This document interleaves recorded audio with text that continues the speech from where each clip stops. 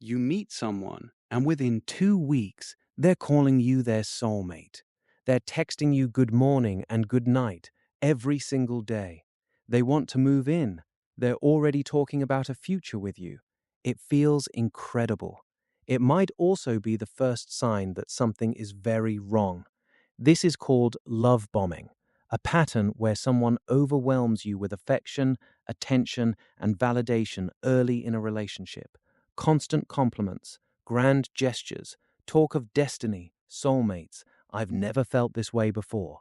It feels like being chosen, like you finally found the person who actually sees you. But real intimacy is built slowly. It's earned through time, consistency, and actually getting to know someone, flaws included. Love bombing skips all of that. It manufactures intimacy before trust has even had a chance to form. Here's why it works on almost everyone, not just people with low self-esteem or bad judgment. Intense attention triggers a flood of dopamine and oxytocin, the same brain chemistry involved in early romantic infatuation and addiction. Your brain isn't built to ask whether this is sustainable in that moment. It's built to chase the high. So when someone showers you with affection, your nervous system reads it as safety and connection, even if your gut is quietly sending a different signal. That's not a character flaw. That's neuroscience being exploited. Love bombing rarely shows up alone. It's usually the first phase of a three-part cycle seen in manipulative and narcissistic relationship patterns. First, idealization. You can do no wrong. You're perfect, amazing, the one. Then, devaluation. The affection starts being used as leverage, withdrawn when you misbehave, compared to how things used to be. And finally, discard or destabilization. You're left chasing the version of them you met in week one, wondering what you did wrong.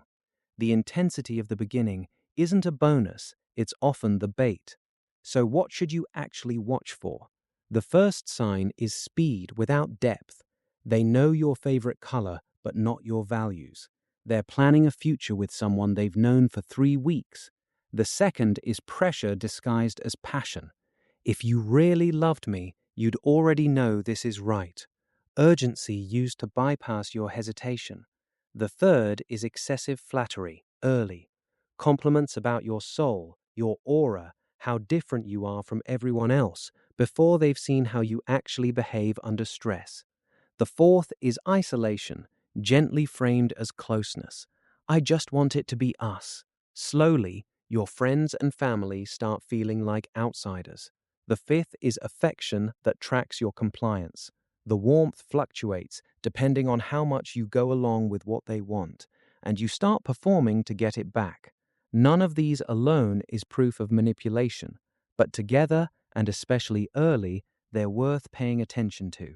Most people who've experienced love bombing aren't naive. They noticed something felt fast. They just talked themselves out of the doubt because the alternative was giving up something that felt amazing. This is intermittent reinforcement at work, the same mechanism that makes slot machines addictive. Unpredictable rewards are more compelling than steady, predictable ones, not less. A relationship that oscillates between intense warmth and sudden distance can feel more gripping than a stable one, even though stability is what you actually need. Wanting connection isn't the problem. The problem is mistaking intensity for depth. Real affection tends to feel almost boring by comparison at first. It grows. It can handle a disagreement without disappearing. It doesn't require constant proof, constant declarations, constant intensity to feel real. Someone who actually respects you will be okay with you taking your time. They won't punish your hesitation.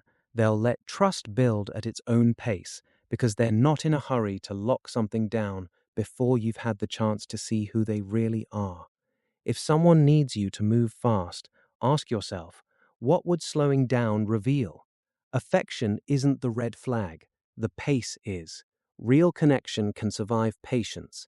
If it can't, if everything depends on speed, pressure, and intensity, that's not love. That's a strategy. If this helped you make sense of something you've lived through, you're not alone, and you're not the problem for wanting connection.